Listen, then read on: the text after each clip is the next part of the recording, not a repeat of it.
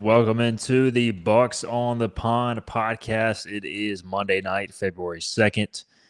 We are 11 days from ECU Baseball scheduled to begin its season. With the way the weather is, who knows what 11 days will like from now. I'm Stephen Igo. Hoist the colors. I am joined by Jonathan Wagner and Scott Lorbatcher, and we are fired up for another season ahead. As always, guys, the comment section are open on our StreamYard view. So if you drop them on YouTube, Facebook, X, we should get them, and we will do our best to accommodate all of those questions, responses. So before we dive in here to give you guys kind of a rundown of what to expect, today is mainly a season preview show from the standpoint of we're going to make a bunch of picks. I got categories set to go, such as first home run, first out of the bullpen, strikeout leader, home run leader, RBI leader, all that good stuff. Cliff Godwin ejections, over, under. We're going to do all that today. We're going to try to get through as much of that as possible, and then we'll try to get some questions on the back end, and we'll address those. Next week, we will have more so like our first series preview, that sort of thing. But today is mainly kind of an overlook of the season preview, but we'll get to your questions as well. All right. Jonathan Wagner, he's got a new backdrop-ish, kind of. Wags, take us through what's going on in your house. New setup. I moved apartments. The heater just kicked on. That's right behind me that you can see. So I probably sound like crap, but I lost my second bedroom, so the cats are roaming too. You'll probably see a cat come in and kind of photobomb me a little bit this year, but we're going to make do with what we have, and then hopefully I'm in a better place this time next year. So, but yeah, I'm glad to be back here talking baseball again. It's felt the off season has just dragged on for me, and I am ready for baseball. You guys know I'm not a big basketball guy, and for reasons I'm not watching ECU basketball, partly out of protest. So I'm ready for baseball so I can watch ECU play sports again. So it's the best time of the year. It's almost here, and I'm fired up. If there wasn't snow on the ground and all that and about 12 degrees, then I'd be more fired up, but I'm still ready. Better internet connection, Wags. Thus far, you seem to be, knock on wood, we seem to be coming through pretty good. I know better than to answer that question, but hey, let's be real. I was good last year. I don't think I timed out of here once. I think I did on Patrick's show a couple times, but this show, I think I was good last year. So going to cross my fingers and hope I didn't just jinx it. It's only a matter of time now. Scott Lorbatcher, he is back. Scott, how you doing? Are you ready for some baseball? I am. Unlike Wags, I have watched our basketball team. Shout out Kim McNeil, who coaches our basketball team. They're doing great. So I don't know what Wags is talking about, but yeah, I'm really ready for baseball. Baseball, it'll be here soon. Xavier, the first series of the year. You know what I didn't have on the list, guys, was most anticipated series. We could do that. Although, did we kind of do that Bucs on the Pond radio show? I can't even remember now. It all runs together. Do y'all remember answering? We got there. Okay. I don't think we got to that. Maybe we'll do that if we have time. JPN in the chat says he was listening to the last Bucs on the Pond back in June while waiting for this one to start. I don't know if I believe him, but he usually is first in the comments section, so maybe. I 100% believe him. Maybe there is something to that. All right, guys. So I will say first off, all right, so obviously we got the Hoist the Colors radio show. These guys join me for kind of an overview storylines podcast show about, 2 weeks ago. So go through, if you haven't listened to that kind of helps set up this show. But this is our first of this show, this specific show, Bucs on the Pond. So our plan as of now, let's have an on-air meeting, guys. Y'all down to just do Monday night during the season? Do y'all have any preferences? Because we've gone Sunday night, Monday night. I think Monday night works fine. Is that okay? I think Monday works the best. And it gives those of us with children a chance to catch up on Monday during the day on any game time we might have missed. So it's great. Yeah, and I mean, just covering Sunday games and turning around covering Sunday games and turning around and doing a show would be tough. Although, I tell you what, we'll plan on Mondays and maybe like special circumstances, like if ECU takes out UNC and I'm in the road on the road in Chapel Hill, or solo at home, and somebody else is covering for us. Maybe we can have like a reaction podcast if there's something exciting like that. But we'll plan for Monday nights, but subject to change. How about that? Y'all down for that? I like it. All right. All right. I said we'd save the comments, but we have a Wags impersonator in the chat. Another year without a Wags background. And Alex Talton wishes he was Wags. Alex Talton says, shoot. Is that something you say a lot, Wags? No, it's because he can't type and he messed up the first comment. Oh, okay. Making fun of my no background, but there's a picture up there. If you're gonna try to troll, you cannot mess up the comment attempts. By the way, yeah, I'm pretty sure we still have our super chats available. If you want to support the podcast, more so Scott and Wags for their time and support of the program, you can go onto YouTube specifically, and if you go in, there's a little show your support for Hoisted Colors tab. It's got a $sign. You can super chat any amount. It will be greatly appreciated. It's going to go to these guys. So again, we're not asking for a handout or anything, but just saying if you want to go above and beyond, we will gladly accept it, and I'll make sure to pass it on to these guys. I think we got to the point, guys, where we had one check from YouTube last year, and we split that with you guys. So hey, one check is time for another. Let's do it. I feel like that all came from the one show at the end of the conference tournament last year. Yeah. Everybody was jacked up. We need another big ECU baseball season. All right. Let's just dive right in, guys. Let's get to our picks. That way we make sure we got plenty of time for all of them. So we always start this with our first pick because to me it's the most exciting. First out of the bullpen. So this may be one of the toughest years to predict it. Look, college baseball bullpens are impossible to predict from game to game. As we see a cat make an appearance from screen. And one of the things that we don't know with this team is how the bullpen is going to shake out. I think we have an idea kind of to preface some of this stuff. Like we know for sure that ECU recruited some transfers, Gavin Marley, Thomas Paxton from lower ranks to help out the bullpen. We know from a returning standpoint, Jackson DiLorenzo's back. Luke Payne also came in as a transfer. Joe Webb has been referred to Danny Bill on steroids by Cliff Godwin. By the way, happy birthday, Cliff Godwin, if you're listening, as he celebrates another trip around the sun, so to speak. What was the saying? Another trip around the world or something like that, I guess. Yeah, that's how years work. Okay. Makes sense. And so, like, anyways, back to you can tell I'm a little stir crazy from all this snow and being stuck inside. Dawson Neal, Gabe Besh lost a couple of lefties we expect out of the pen. And you got all the guys who are projected potential rotation starters. They could come in out of the bullpen. So, long story short, there's a lot of options. I'll let Wags lead this one off. First out of the bullpen, who you got? Yeah, and I will say I will keep track of our picks as best I can. Our reigning champion is Igo, but he had a resounding 4 out of 10 from last year, and Scott and I had 2 each.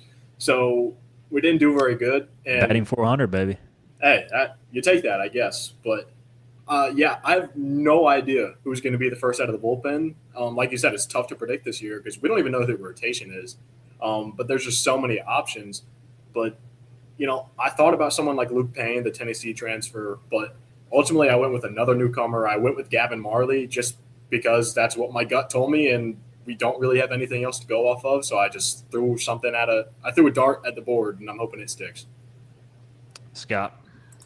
You know, I agree. I think this is the hardest question that we might have on our list, but I'm going to go with the guy that I originally had in the starting rotation, but I think I have since talked myself out of that, and Ryan Towers, a guy that, I think Norby's going to go deep into that first game, but, 6-7 innings. And then here's a guy who hasn't had an opportunity to pitch in a long time. Hopefully the Pirates have a big lead. Let's get him in there, get him some game experience, and show him off to Pirate Nation. Guys, y'all are overthinking this one way too much. All right, if there's a Danny Bill on steroids, his ass is trotting out first out of the bullpen, if healthy. Joe Webb, baby, I think he's coming out first. And The most impossible thing to predict with this is, and granted, it may not matter. With remember, Danny Beal would come in when it was 9-1 in the 8th inning.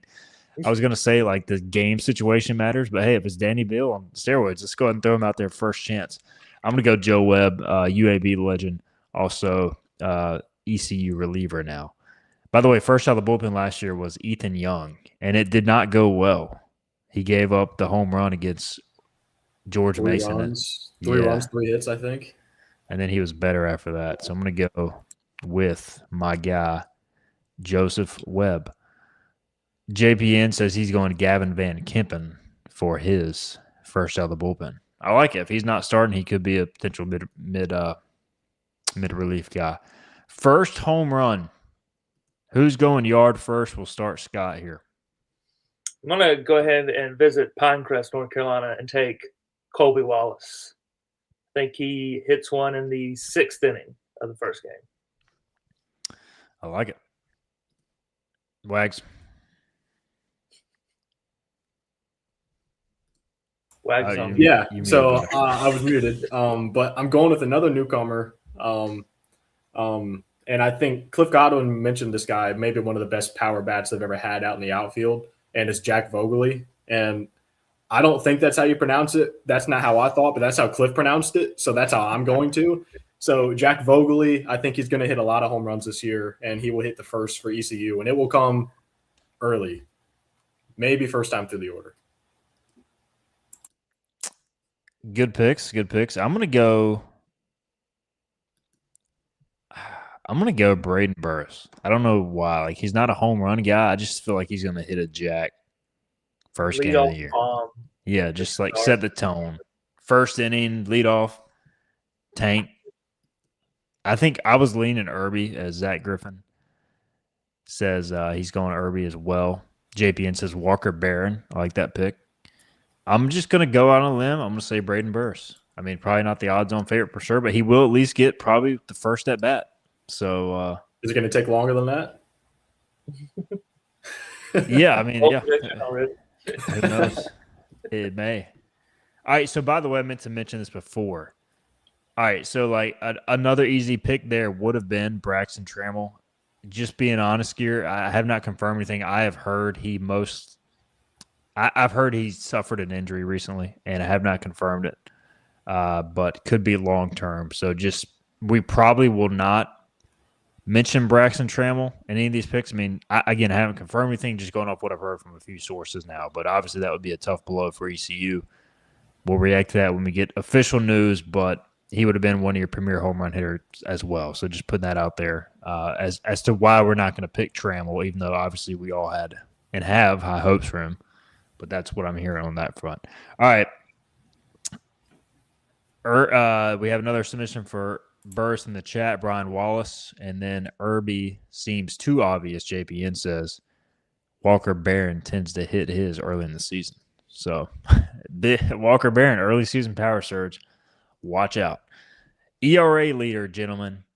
And this can be starter, reliever. You could go any option here. And, I mean, you look back at that last season as I pull up the stats. The Pirates' ERA leader on the year was not Michael Irby. It was technically Ian White Jr., but if we're going to go like full-time pitcher, it would be Ethan Norby at 3.80. Ian White at 3.60. I'm just going to go Ethan Norby. I'll start it off here. I'm going to go Ethan Norby. Seems obvious. It is obvious. Give me the lefty. Wags. Yep, I'm going with you. I could overthink it and try to go with someone else, but to me it's Norby. He was a 3.8 last year, and I think he's going to be a lot better than that. And he's going to have a big year. He's going to get drafted in the first couple rounds. So, yeah, give me Norby. Give me Danny Bill on steroids. I'm taking Joe Webb, the UAB transfer, former quarterback, former Panther, Joe Webb. Good pick. I like that a lot. Bubba says that is how you pronounce Vogeley. So Bubba says that is how you pronounce it. He got it straight from Jack. So I would trust Jack. I'd trust Cliff. And we will see what what his season holds. JPN says Norby has a Trey Savage junior year season. That would be Awesome. I would love to know. We can get to this later. If he has a monster year, like where does he go in the draft? Because he's not. I mean, he's a 5'8", 5'9" lefty. I'm just curious what scouts think. I mean, I definitely think he'll get drafted, but I just wonder what his ceiling is from a draft perspective due to his size. All right, next up, wins. Last season, East Carolina was led in wins by Ethan Norby, 8-5 on the year, and I'm going to go Ethan Norby again. I think if he's healthy, he's going to lead the team in wins. He's going to make the most starts, and he'll be that guy. Wags. Yep, he's going to pitch a lot. He's going to pitch well a lot, and the team behind him is going to be better than it was last year. So he's going to win, and his total will be even up from where it was last year. Give me Norby. Scott. Before I get into it, don't forget to like and subscribe if you have not done that.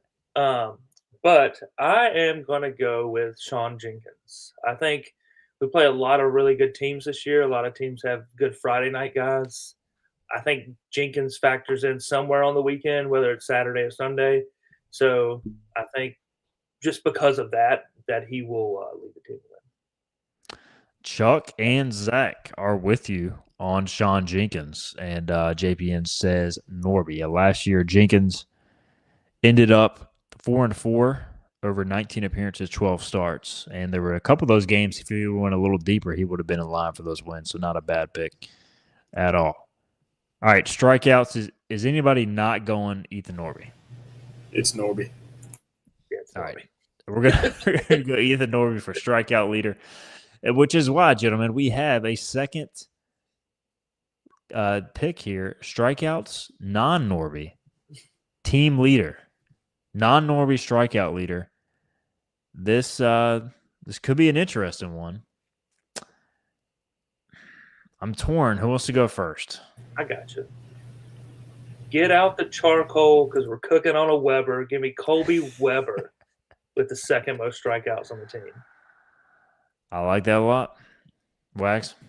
Yeah, if I let it off, I was going to make a early bold prediction and say we would all have three different answers for this one. But Scott went where I was going. Yeah, I am also saying Colby Weber because I think he's going to be in the weekend rotation right away, just like Sean Jenkins was last year. And everything we've heard about Weber, it's that he's really good. He's legit. And I'm buying the hype. I know I bought the hype last year with Jenkins, and it didn't quite go exactly where we thought it would. But I think Weber's legit. I think Jenkins will be in the consideration as well because I think he's going to pitch a lot. But, yeah, give me Weber. Give me the freshman again.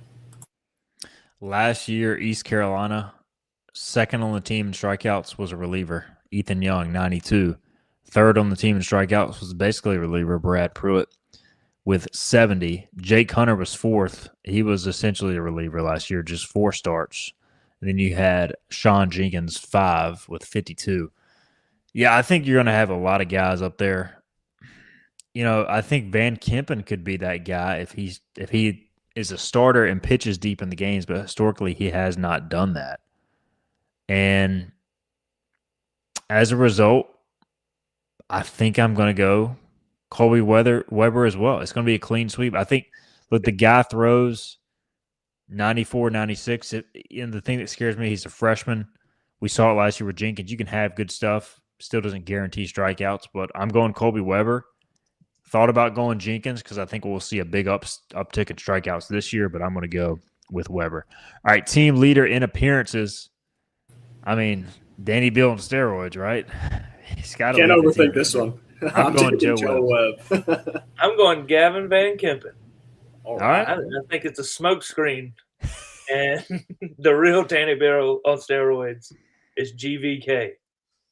GVK. Gavin Van Kempen leading the team in appearances. JPN says Colby Wallace. The leaders last year were Brad Pruitt and Jake Hunter, both at 28. I guess if you go game appearances by a position player, Colby Wallace could be up there. And if you go position player plus pitching appearances, yeah. But we're just going appearances here on the mound.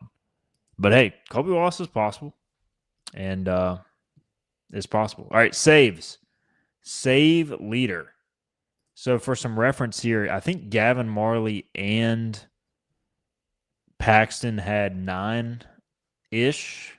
I just wrote about both of them. It was almost like writing the same article.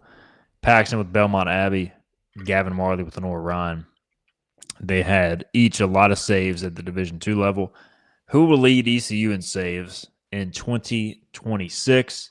For reference, last year the Pirates had 1, 2, 3, 4, 5, 6 different arms with saves. Jake Hunter led the team with 4 saves. Ethan Young, Brad Pruitt, and Colby Wallace had 3 apiece. So we'll start here with Scott. Every year I just say 3 people tied at the top. But this year I am going to go with Gavin Van Kempen. I think if he's not in the rotation, then I think he's a guy that could be at the back end of your bullpen and close out a lot of tight ones. I think the saves leader last year had like 4 saves. So, I mean, it's not going to take a whole lot because I don't think that's a role that Cliff Godwin is going to hard code into this roster. I think you see guys in high leverage spots no matter when they are. So really, it could be a 5 save year would be the team leader. What you got, Wags? Yeah, that's what I'm banking on. I think it's going to be another, Jake Hunter at 4 and Young, Pruitt, and Wallace each at 3. So I think it's going to be similar to that. But I'm not going with any of the guys that Igo mentioned because I think they're going to be the high leverage guys, and it kind of works backwards here as the cat comes. But it kind of works backwards here at ECU. The high leverage guys go early. They get you out of the big spots. They're not necessarily at the end of the game. And I'm going to run back my prediction from last year that was wrong and say Colby Wallace because he will be in the game every game. And I think the depth at the infield is a lot better this year than it was last year. So the team's going to be a lot more comfortable, taking his defense away from third base and putting him on the mound. So give me Colby Wallace. He's going to probably be around the same 4 to 5 range, I would say, and a whole bunch of other guys right there. History shows it really could be anybody. I do agree with your point. I want to go Marley or Paxton just because they had the most experience. But what that means at ECU is they're going to be in the 6th, 7th inning when the game's on the line, which I think is the right way to play it. I've always said you don't need a 9th inning closer. You just figure it out as you go along. But I think ECU is going to find itself with the way it pitches in enough close games. I am going to go with Gavin Marley. I just think, at times the walks were a little concerning at Lenore Ryan, but when he's in the zone, his fastball plays up. I think you're going to want a guy who comes in, pumps heaters, doesn't mess around. He's got the attitude. Lenore Ryan went to the College World Series last year at Division II level, so he knows how to close games of magnitude. So I'm going to go with Gavin Marley. Getting a lot of questions about Alex Boucher. Where's the Alex Boucher love in the pitching categories? Do we feel like Alex Boucher is just a moral guy this year? I think he's definitely a locker room guy and a leader. We actually have an article coming out on this on Hoist the Colors, but I don't know. I think the Alex Boucher story, we'll answer this question before we move on since we're making decent time. I think the Boucher story is super cool. I mean, he could have left, played shortstop somewhere else. He could have, bitched and moaned about losing his job, but he clearly didn't. He didn't care. He just wants to win. Wags. Yeah, absolutely. And I think, it's unfortunate that a guy like you mentioned, Braxton Trammell, he might be hurt. We don't exactly know. But if he is, I think, something that was kind of the talk of the offseason was Austin Irby. First base, is he going to move somewhere in the infield, maybe play third base? And they talked about it. The coaches did at Media Day that he's played third base and maybe looked better than they thought he would over there. So, I mentioned that I think Colby is going to be pitching a little more and coming out of the bullpen a little bit. So I think right now without Trammell, Irby might be your next option at third base. So if he moves over to third, everything from Media Day sounded like Boucher is kind of your backup first baseman. So I think you might get some opportunities for him, and Boucher is going to see the field. And I think we're going to see him pitch a little bit too. I don't think it's going to be anything crazy on either side of it. But yeah, it's good to have a veteran guy that went through what this team did last year. Because it's one thing for the young guys, the sophomore class. I'm glad that they experienced what they did last year. But to have a veteran like Boucher coming in, not guaranteed anything, just, loves ECU baseball, wants to be here, that's valuable for a team that doesn't exactly have a lot of experienced guys in that locker room. So I'm glad Boucher's back, and we're not going to see him at shortstop every day like last year, but I do think he's going to have an impact on this team, whether or not we see it on the stat sheet. No doubt. And yeah, I agree. Pinch hit type, and I have heard, he could spin the baseball on the mound. I don't know if he's going to be up there throwing 95, but I think he could throw 89, low 90s on his best days. But I give him a lot of credit for sticking around. And I feel pretty confident he's going to come through in a big way at some point this year, whether it be pitching or position player-wise. All right, who will have the second most starts on the pitching staff behind, we assume, Ethan Norby? Could it be Alex Boucher? If you want to get real bold, you could follow up with that. This is where it gets tough because I don't even think we know at this point who the number 2 starter is. I mean, we assume Sean Jenkins. I don't think it's a guarantee. So who wants to step up and be bold here? Go first. I'm ready. So I'm not going Sean Jenkins because I don't think he's going to be the number 2. I think it's going to be Colby Weber. I predicted him earlier to have a big year, and I think Colby Weber whether he pitches on Saturdays or Sundays to start the year, that doesn't really matter. But I do think Weber has the best chance to start in the starting rotation and stay there all season. Jenkins last year, he started in the rotation, then he moved to the bullpen a little bit when he struggled, and then he started a little bit more down the stretch. And I think with him and Van Kempen, we might see a little bit of that because you can only start 3 every weekend. And then ideally you have a midweek guy as well.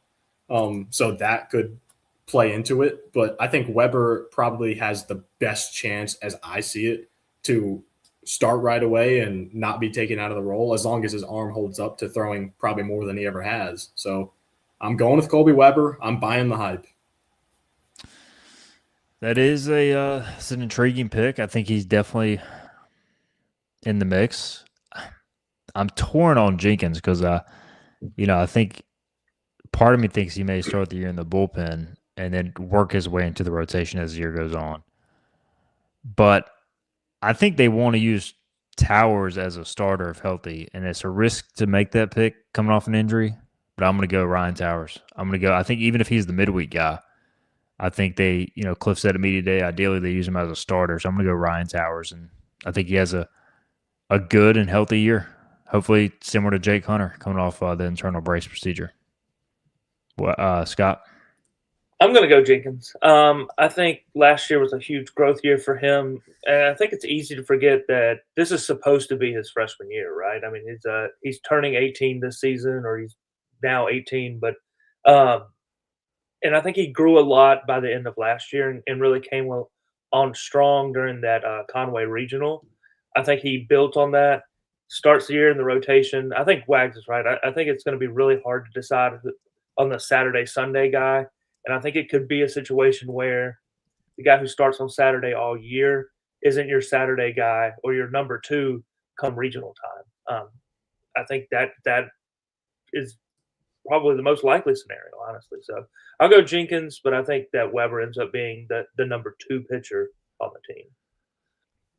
3 different answers goes to show you how unpredictable some of this is as far as the pitching side of things right now. And nobody even mentioned Antolik in any of this because we just don't know. I mean, if he's healthy, he could be leading the team in strikeouts or more realistically second on the team behind Norby, assuming a healthy season from Norby. So it's a good problem to have, as Alex Talton says. I said last year Antolik, it's funny, last year we were having the debate, where should Ethan Norby be? Should he be in the rotation? Should he be in the bullpen? And I think for me, for sure, I said he should be in the bullpen. And boy, did he prove me wrong. And now he's an ace. He's one of the best aces in the country. But, I said Antolik should be, I think, best served. Antolik is your Friday night type of guy. So, it's, for me, I'll believe it when I see it with him missing the whole year. And I'm the same way with Towers. They can say they're healthy, but I need to see it with my own eyes before I predict them for anything. But if Antolik can come, to me, it's just added bonus because even without him, I think it's a deep pitching staff. As we've gone through an entire section of baseball just pitching, and we hadn't mentioned Antolik at all until now. So it just shows you how deep the staff is without him. So anything he brings is added bonus. And who knows, maybe he could be a closer type of guy with the stuff he has. Yeah, whether it's Van Kempen, Antolik, Weber, like I feel like one of those dudes is going to end up just throwing gas at the end of these games. Like just let's say you have your high leverage guys, but then all of a sudden you can bring in one of these guys who are like legit dudes on the mound, 6'4", 6'6", 6'7", just throwing gas. So it's a good problem to have. All right. Let's flip over to the offensive categories. Home run leader for the season. Last year it was Dixon Williams with 14. Austin Irby had 12. Colby Wallace had 10. John Collins and Alex Boucher. I almost forgot about John Collins for a second. We're tied for fourth with 6 apiece. Again, this would have been like a prime spot to pick a Trammell. We knew like his power last year before his injury last season. He had 4 home runs and 55 at-bats last year, but with the injury, obviously I don't think any of us are going to pick him. Irby feels like an obvious candidate. My question to you guys is the run we saw at the end of the season, like is that – I mean, it's not fair to expect that every week, but like how much of that power is replicable? The fact that he hit powers to all fields makes me think pretty replicable with another year of growth. So I'll let Scott start this one off. Who do you want to go home run leader? Yeah, I'm going with the layup. I'm taking Austin Irby. I think he hits 15 to 20 this year. I think he has a huge jump from his freshman year, and you kind of saw it with a lot of these guys last year that are in the sophomore class that struggled early and then really came into themselves late in the season. So I think he's part of this super sophomore class, and he's going to lead the way. Wags. Yeah, so Dixon had 14 last year, Irby had 12, and I think you're going to have multiple – by multiple I mean 2. You're going to have 2 guys that are going to match Dixon's total of 14 from last year. One of them will be Austin Irby, but he will not be the home run leader because that will be one of the best power bats they've had out there in the outfield in Jack Vogeley. I picked him for first home run. Again, I'm buying hype on someone I've never seen with my own eyes. So I'm fully trusting in what I've heard from others and what I heard at Media Day.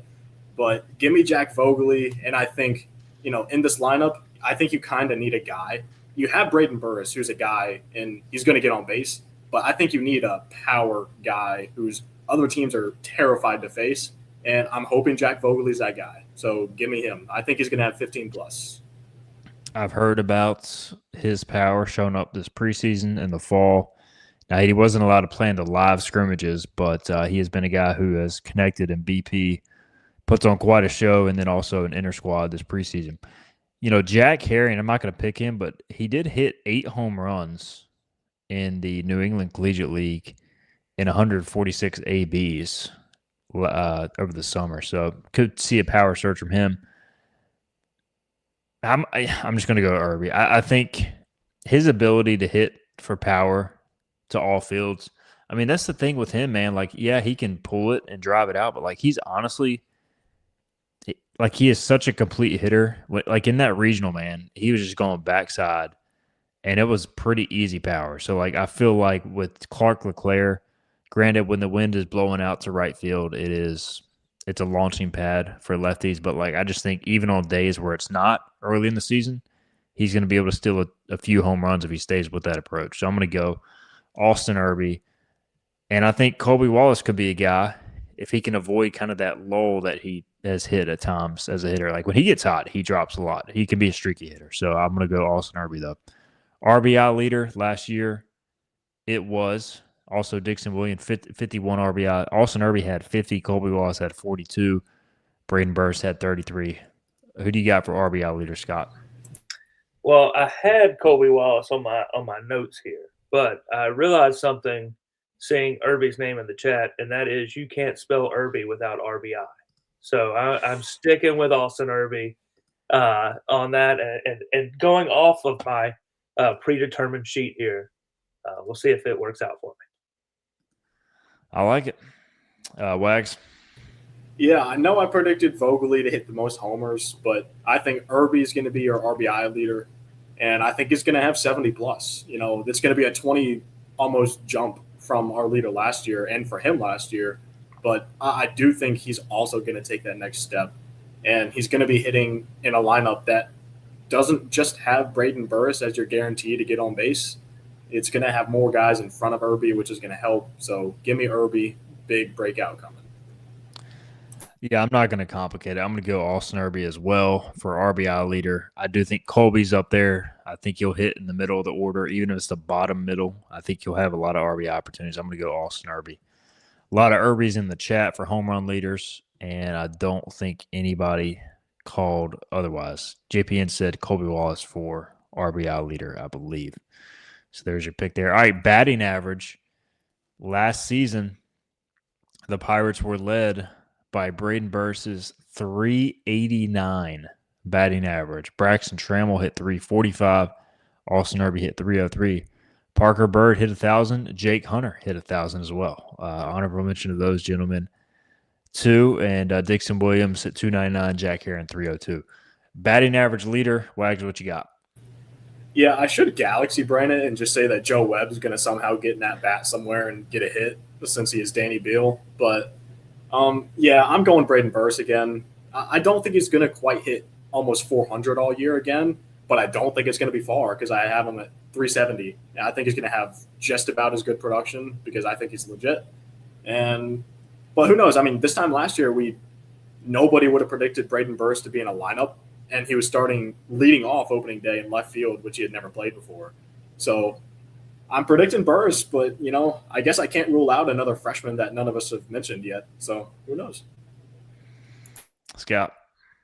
Yeah, I mean, it's going to be hard to live up to a 389 season. And this is a spot I actually had Trammell written down initially, but I'll go Braden Burris as well. I think he hits 375 plus again, just is a monster out of the leadoff spot for the Pirates. I'm really tempted to go our guy, Jeff Sabater.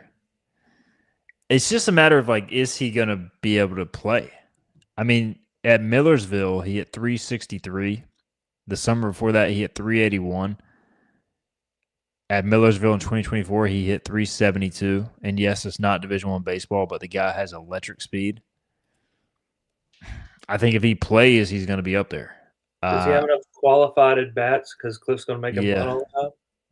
That's true as well. He will have, it looks like he did have 10 sack bunts across his 2 years at Millersville. So expect that number to at least double this season.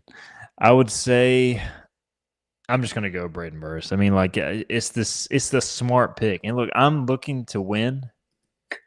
Screw you guys. I'm not trying to let y'all win, but so much. Our reigning champion's getting cocky. Just remember Jeff Sabater. If he has been described as a faster Lane Hoover. We got Danny Bill on steroids, and we've got faster Lane Hoover. This may be the greatest ECU baseball team of all time. But it's just the center field competition, which I think we'll get into here in a minute, is going to be interesting, fascinating to see how it plays out with other guys. Grady Linehan being mentioned in the chat by JPN and John White, as Wags kind of alluded to. So it's a good thing, but I'm gonna go Braden Burris. All right, stolen base leader. This could be Jeff Sabater. Jeff Sabater had 57 steals in 2024 and 39 in 2025 and 21 over the summer. But again, is he gonna play? I don't know. Who do you have here? Do you have a gut feeling? We'll start with Scott. I'm going to go Sabater, and it's a coin flip on who is in the lineup and on the bases enough between him and Peltier on who I think gets the most stolen bases. I think if he plays, he gets the most stolen bases. If not, then could be Braden Burris. But I'll stick with Jeff Sabater. Sabater. We also should mention last year Dixon did lead the team with 22 steals and 25 attempts. Braden was second. 18 of 22. Alex Peltier was 9 of 11. His on base percentage was one of the lowest on the team. So if he, you have to kind of extrapolate that. And then Sabater could be up there. Burris, Grady Linehan can fly. So, if he plays a lot, he could be up there. What you got, Wax? Yeah, I didn't pick Sabater for the same reason you mentioned for average, because he was the other guy I was considering. I just don't think the outfield. I think is going to be such a competition. None of those guys are going to start every day. I don't think so. I'm going to go with Braden Burris just because I think he's going to be on base a lot. And when you're on base a lot, you don't even have to run that well. You're probably going to run if you play at ECU. So give me Braden Burris hitting leadoff, getting the scoring position for my RBI leader, Austin Irby, and my home run leader, Jack Vogeley. So, yeah, give me Burris. All right, JPN says Peltier steals 35. All right, y'all need to help me out here. Groundsland Bigfoot says, I asked Jeff at the Rice basketball game. He said that his last name is pronounced SAB-A-Ter. So that would be Sab-Ater? Sab-Utter? Sabater. Sabater. Sab-A-T. I was hoping you would gloss over this because I was trying to figure it out myself. I'm a terrible pronunciation guy. Wasn't the Rice game the free beer game? Should we consider that? To be fair, they were also honoring students with a 3.0 GPA or higher. I'm gonna guess that Saboteur was there for that. Saboteur, I like that. Well, hey, I just know that everybody else has called him Sabater. Saboteur. I think it's Saboteur. Saboteur. Jeff Saboteur. You know what? Jeff Saboteur is going to lead this team in stolen bases, gentlemen. Let's calling him Jeff. Jeff S. Dude, I listened to like his highlight package, and the announcer was calling him Sabater. So that I'm going to blame that play-by-play guy for Millersville. I'm not calling him job. I'm calling him Speedy Lane Hoover. That's it. That's his name. That's fine. Jeff Saboteur is going to lead the Pirates in steals. Give it to me. I think even if he doesn't play, he's going to pinch run and steal a lot of bases. So I'm going to go Saboteur. Impact freshman. I mean, this one I think is obviously either Grady Linehan or our guy Weber, the grill. I think I'm going to go Linehan. I guess I don't really know. How do you so as you were doing the homework, how do you like say that if the guy's an impact player or not from last year? Like how do we grade that? Well, I didn't include those in the scoring. And to be clear, I scored this at the end of last season too. So today I looked through the text messages to find them. So I guess no clue, but I guess it's just kind of the eye test, if like I'm going to predict Grady Linehan as well, just to spread the wealth from Colby Weber a little bit. But yeah, I mean, we'll know. We'll know the answer if they were an impact freshman or not. And by impact, I think it's like a real impact, not just they had an impact every once in a while, but they became a key piece for this team. So that's how I define it. And I think Grady Linehan is a little sneak peek. I think he's going to start in the outfield on opening day, and he's going to start a lot this year, and he's going to be really good. I thought about him for a lot of these categories, but I couldn't go all in on two freshmen with those predictions. But I am going with Grady Linehan here. What you got, Scott? Rob the jewelry store. Tell him, make me a grill. Give me Weber. This man is going all out on the grill quotes. I love it, man. Colby Weber, the pick. And Cody Pinkham says, give me the grill as well. JPN checks in with a Linehan prediction. All right, our breakout player selection. Who was your pick there, Igo? Grady Linehan. Okay, cool. Did I say that? Sure I think you did. I didn't write it down. Just making sure I get it all. It's fine. I mean, I mention stuff in my head all the time that doesn't come out. So I think it's one of those things. I didn't know if I said it or not. All right, breakout player. So for me, this category has to be like a guy who is returning, who was just like okay last year, didn't live up to expectations, and this year kind of lives up to it or exceeds it. So breakout player. I am going to go a little off the board here. A guy that we at times picked on the show. I'm going to go Michael Klinich. I think when the guy himself, when I saw Michael Klinich in the fall, I still need to see more from him defensively. But like when he hit the baseball, the ball was jumping off his bat. And like it didn't always result in a hit, but like he clearly had done something with his plate approach. New stance this year. looked better at the plate, and just like when he impacted the baseball, it took off his bat. Last year, a lot of weaker ground balls. This year, he was driving the baseball. I'm going to go Michael Kalinic. With Trammell going out, obviously he was a switch hitter, but you lose kind of a left-handed option there. I think Kalinic is going to have some big at-bats this year and play a little bit at catcher to take some pressure off Walker. So Kalinic is my pick. Scott. You guys could tell me if he doesn't qualify for this, but I'm going to go Walker Barron. Offensively, Walker Barron. I think he's been a good hitter, but not a great hitter. And I think this year, like you said, Kalinic will play a little bit more. That'll take some of the weight off of him catching every day. I think he just has a much better season and gets his average up, well above 250, drives in 35, 40 runs, hits 7, 8 home runs. And it's just a much more useful offensive weapon for us this year than he has been in the past. I like that as well. Wags? Yeah, I was between 4 guys, I think. I was between Barron. I was between Jackson DiLorenzo. I was between Sean Jenkins. And I was between Alex Peltier. I came down to either Peltier or Jenkins. And Peltier, to me, it comes down to I just don't think he's going to be in a lineup every day. I think we're going to see him a lot. But with Sabater coming in, it's kind of the same. Sabater, sorry. But earlier I said, and it's a completely different situation. But Antol, like I said, I'll believe it when I see it. Same thing. I haven't laid eyes on this improved Alex Peltier.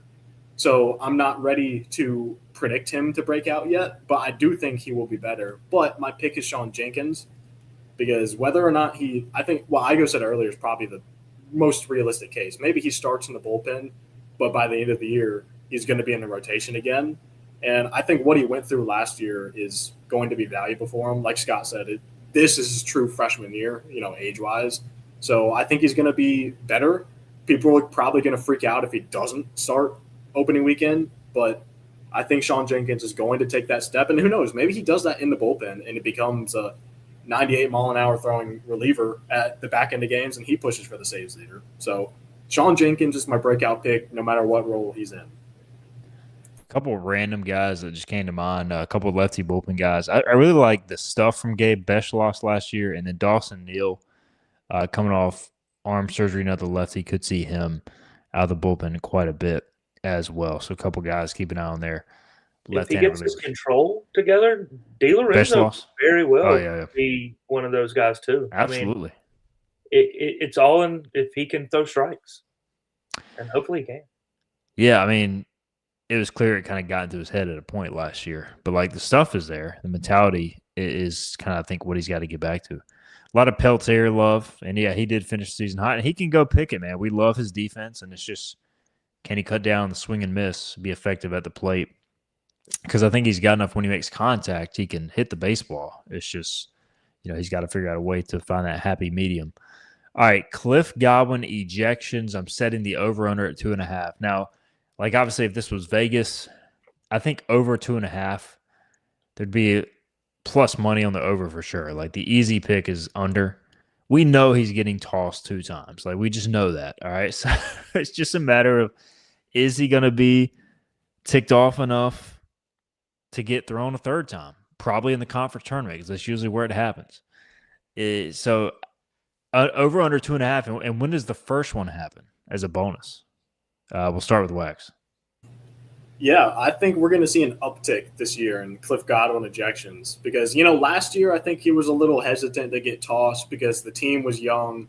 He was coaching from the dugout as opposed to third base from the third base box just because he wanted to be in there coaching the team. So I don't think for a lot of the season he was comfortable, going out there getting tossed and not being in there with the hitters. But having Jake Gautreau here as your hitting coach is going to be awesome because he's a great coach and he's going to have a big impact. So I think that alone could give you a little more trust if Cliff Godwin's not in the game. And, like you said, he's good for at least 2. So I'm going to take the over. I think he could go to maybe 4. Sorry, Cliff. But happy birthday, Coach. And to me, it's way too obvious to predict where it's coming. But it's coming at Campbell. 4th game of the year. It's going to be a tight, frustrating game. ECU is going to win that game, by the way. But it will come after Cliff Godwin sparks them by getting tossed. So JPN in the chat says he was only ejected once last year. So he was definitely tossed at Duke. I mean, that was like the epic meltdown because Chris Pollard would have got his ass beat if he would have tried to come at Cliff. They had to walk out through basically the stadium and dump it. Was that the only one last year? It's the only one I remember. Was there one in Clearwater? Yeah, I feel like there's always one in Clearwater, man. Yeah, maybe, right. Maybe not. Cheesy and Uncrustable in Clearwater. And I know that Winkler got tossed, though, the softball coach in the conference tournament for softball. So I don't know. I feel like I guess if there was only one last year, what that means is there's definitely going to be at least 2 this year, and it's just a matter of does it get to 3. Scott, did you give an answer here, or was that just Wags? It was just Wags, but I can go. Okay. I'm going to go under. I think the first one happens in Fayetteville against College of Charleston. There's some weird things that happen in that stadium, probably because the games aren't on TV. But so I think he gets one there, maybe one in Clearwater. I do think if the season goes well enough and we make it to Omaha, he and Chris Pollard fist fight on the field at some point. So that might be the third, but we got to make it to Omaha first. And then, until we do, I'm going with the under. Fair enough. I will go under as well. I think you got to go under here. It's a safer play, but I do like that Wags is challenging him. Coach, you got 4 in you, man. Not just 3. Put me on your bulletin board, Coach. I want you to get tossed. Prove me right. It's like one every other week. I think the first one, I'm with somebody, first ejection in Conway. I just feel like there's going to be a lot of emotion in that series. You got the UNC series, LeClaire, then Conway, and I think you're going to have some like early season tension. They're losing the game in Conway, probably Fluky shoving. Got to give the boys a reason. Leave Fluky on the mound a little bit, let him get his thoughts together. So I'm going to go Conway first ejection, but under for the season. All right. Final few categories here. Then we'll answer some questions, get out of here so we're not here all night. Win total, I'm setting at 39.5. Over under on the wins. We'll start with Wags. Yeah. Last year there was plenty of reason to be negative. And I think I was kind of the Debbie Downer a lot of times. That was my role on the podcast last Mr. Negative guy over here. But, I caught some heat over it at times because I was a little overly negative. But, boy, am I flipping the script. I love this team and little less confident with the Trammell potential injury. But I love this team. I love the pitching. I love the depth position player-wise. And I don't trust UTSA to be good 2 years in a row. So I think the conference is hopefully going to be good. But part of that is going to be because ECU rebounds. ECU wins 40+. I went through just quickly the schedule. I had them right at 40, 41, and I think I was being a little overly conservative. But I think they're going to win at least 40, and I think they could push to mid-40s as well. So give me the over. All right. By the way, this is regular season only. I should have clarified. But somebody said 46 wins. That'll be 46-10. That'd be an incredible season with this schedule. All right. What you got, Scott? I got us at 44, so I'll go over. I think this is the year, postseason included, that Cliff finally eclipses the 50-win mark in a single season. But, yeah, I'll go 44-12 regular season. That would be national seed worthy, I think, with this schedule. I mean, depending on what happens in the conference and in those big series, obviously. I'm going to go 40-16 on the dot, so I'm going to go over.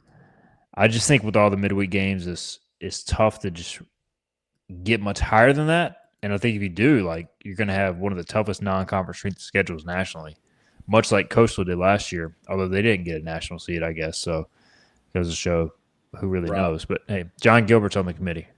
He's got us. Hey, and since you guys both gave an exact number, I just gave a range. I will lock mine in at 41 wins. Okay. So we're all going 40 and above. And let's close it out with final season prediction in terms of what do we think the seeding will be as far as our overall predictions. Where do we think the season ends? Feel free to go as specific or non-specific as you want here. That is completely fair. Will this be the year the Pirates break the glass ceiling and make it to Omaha? Who wants to go first?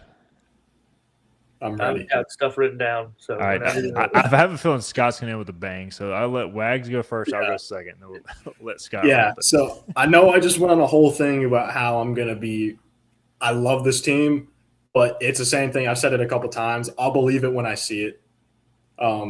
So I think they're going to win 41 games. I think they're going to be in that 11 to 12 hosting range. And I think they're going to advance to Supers. But I can't predict it until I see it. So I'm going to say they end in Supers. They lose in game 3 of Super Regionals. And that's where it's going to end. And it's going to be really upsetting again. I mean, look, history is on your side. It is a fair pick. I'm going to go 40-16, which leads ECU to the number 13 national seed. They win the Greenville Regional. They are matched up with LSU in the Super Regional and win in Baton Rouge in 2 games to go to the College World Series, taking out the defending champions. And then they go 0-2 in Omaha, but nobody cares because we're just taking jello shots left and right. But I'm going to say this is the year ECU gets it done. And they're going to Omaha, baby. You heard it here first, and you're about to hear it here second. It's my turn. All right.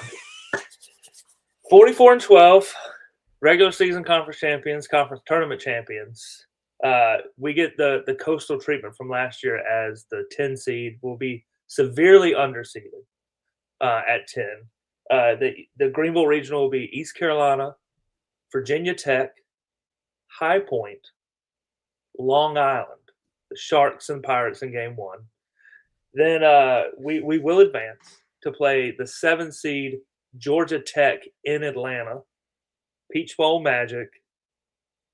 We beat Georgia Tech in 3 games in a wild third game that is like 17-15. And we go to Omaha where, like Igo said, we don't win a game. But, hey, that would be our national championship in many ways. The pressure would be off. I say if you make it, you win the whole thing in some ways, but you just can't predict that. I just want you to know I just wrote down every word you said, Scott. So I got it on this notebook that will for sure get coffee spilled on it at some point and be ruined. Hey, man, it is February 2nd. We can dream big. It's that's why we're here. If we can't have fun, then why are we doing a show? Cody says unranked make it to Omaha. I don't know if he means like as a 2-seeder on the road or 3-seed or what. JPN says number 5 national seed. Okay, he says on the regular season. Going back to another. Anyways, I'm lost. All right, gotta have faith. Brian says. Alex says making me sad. Wags is before the season even starts. Typical, he is Mr. Negative guy. Zach says Braden Burris hits a walk-off against Florida in the Super Regional. Oh, yeah, we get to do that again. Well, Florida's not going to make the tournament, so. Is Kevin O'Sullivan, what's his deal, man? He's back. He's back doing his thing. He's cussing at Parker Byrne? Yeah. Probably. We go to care of his best friend's wife. We go to Omaha and bring home the Jello shot title, says Grimes and Bigfoot. With LSU out of the way, that is possible. Grimes and Bigfoot. All right, let's get a few questions in, then we'll get out of here so we don't go all night. Quick thing. We will have our lineup projections next week for the season opening show, previewing the Xavier series, what we want to see, all of that. But just first off, guys, what are we most looking forward to for that lineup? It's got to be center field, and it's got to be shortstop. We haven't really talked about it. Carlos Hakame and also Matt Lashley kind of competing. I've continue to hear maybe Lashley probably the better defensive option, but if you want offense, you go with Hakame. So what are you guys thinking on those 2 spots, Wags? We'll start with you. Yeah, I'm looking at the outfield, and, if Trammell does miss time, I think most likely he was probably slated towards a DH role, maybe left field and Vogel's at DH or vice versa. But, if he's out, then it kind of opens the door in the outfield to me. And I think it allows you to, maybe slide Vogel to DH and you start Peltier and Grady Linehan, or Sabater and Linehan, however you want to. But it gives you flexibility. But I think the thing I'm most looking forward to is not how you start the game, but how you end the game. Because there's a few guys, Vogel, we don't know his defense exactly. Herring is limited in right field, but hopefully I think he got better as he played more too. And so it's one of those things, you have options off the bench. If Hakame starts at shortstop, and I would guess more often than not, Lashley's going to end the game at shortstop. If Vogel starts in left field, then you might see a lot of Sabater end in left field. So you have that pretty much everywhere where there's a question defensively. So I'm excited not as much of where we're going to start in the lineup, but how it's going to look at the end. And hopefully, we think it's a very deep team, but hopefully that everyone, does what we think they're going to and gives you one of the deepest teams we've ever had position player wise, because that would make all the difference in the world. What about you, Scott, as far as position battles? When you fill out your lineup this time next week, what's going to be the toughest thing that manager Scott has to decide upon? Yeah, I think it's shortstop. You look at it, I can't. Hakame? How are we saying this now? I've been saying Jacome for a month. I think it is Hakame. Yeah. Hakame. Yeah, I mean, I looked at his stats from last year, and 309 average, 850 OPS jumps off the page, but so does 10 errors. And we've had some troubles at shortstop over the last few years, really since Agnos left, on just not having both elite defensive play and a guy who can hit in that position. So if Hakame can clean up the errors, then I think he starts every day, because you need that. You need that in your lineup. You need a guy that can hit and get on base.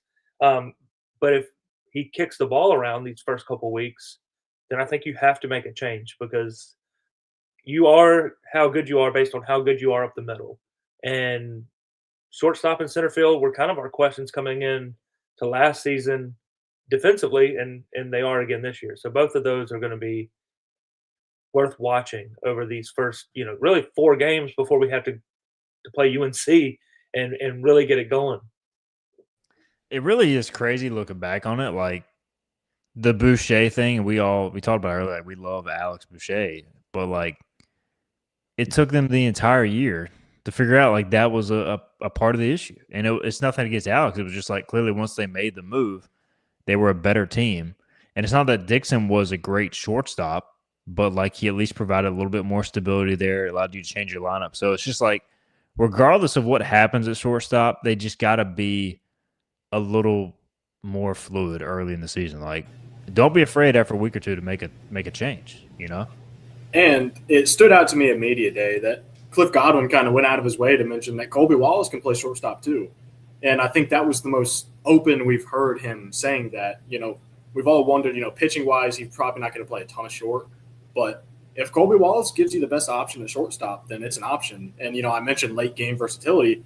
If Hakame is playing shortstop to start a game, and maybe he's the guy, he slides to second base, Burris starts at second, slides out to a corner outfield spot, and Colby goes to short, and who knows who fills in at third. Irby goes to third. Again, it's versatility. So I think we could see some Colby at short as well. So, but yeah, Scott said it. You have to find a way. You need offense, but in the end, you need guys to make plays and make plays when they matter. So give me the defense no matter what, and hopefully they can hit too. All right, Zach says biggest sleeper position player or pitcher-wise. I mean, you could go a lot of different ways here. Somebody asked about Davin Whitaker earlier. I feel like it's worth mentioning him and Nick Parham. Like, both those guys. There's always players, definitely a player, if not multiple players, who we don't mention at all. And by the end of the year, will be a key player. Like, even Jack Strom is a freshman who we haven't talked a lot about, but has some pop. I think he hit a home run recently in a scrimmage. He's got some upside too. 6'2", 205, another left-handed bat. So those are a couple names. Anybody else that we haven't mentioned yet, guys, or that y'all want to hit home on further? Nick Moran. Yeah, The guy yeah, good pick. come out of nowhere and be vital to this team's success, eating up middle innings and Tuesday, starts, or just giving you length on Tuesday to get to your bullpen. Yeah, Frank Saccone kind of in that same realm too. He was a Friday night guy at St. Joe's last year, and he could be a really effective Sunday or midweek starter. A guy you know is going to throw innings, go deep into games. So, you asked about Blade Carver at Media Day, Wags. That's what I was about to say. I think, and I'll kind of touch on this. John White just asked in the chat, talk the backup catching part. Yeah.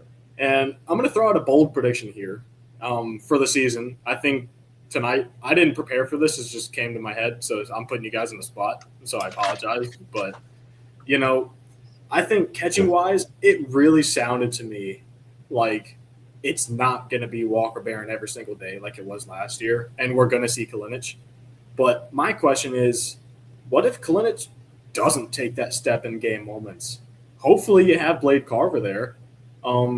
His bat at the level he was at was really good, and I've been excited for him since we got the commitment. But it seemed like he was kind of an afterthought in all the talk preseason so far. So I'm going to say my bold prediction is that Walker Barron is your starting catcher, but he only starts in 70% of the games.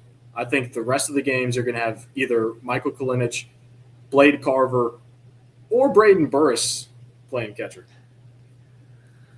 The Braden Burris part is bold.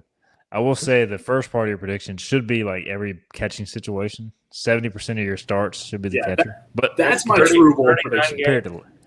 Compared to last year, that would be extremely bold.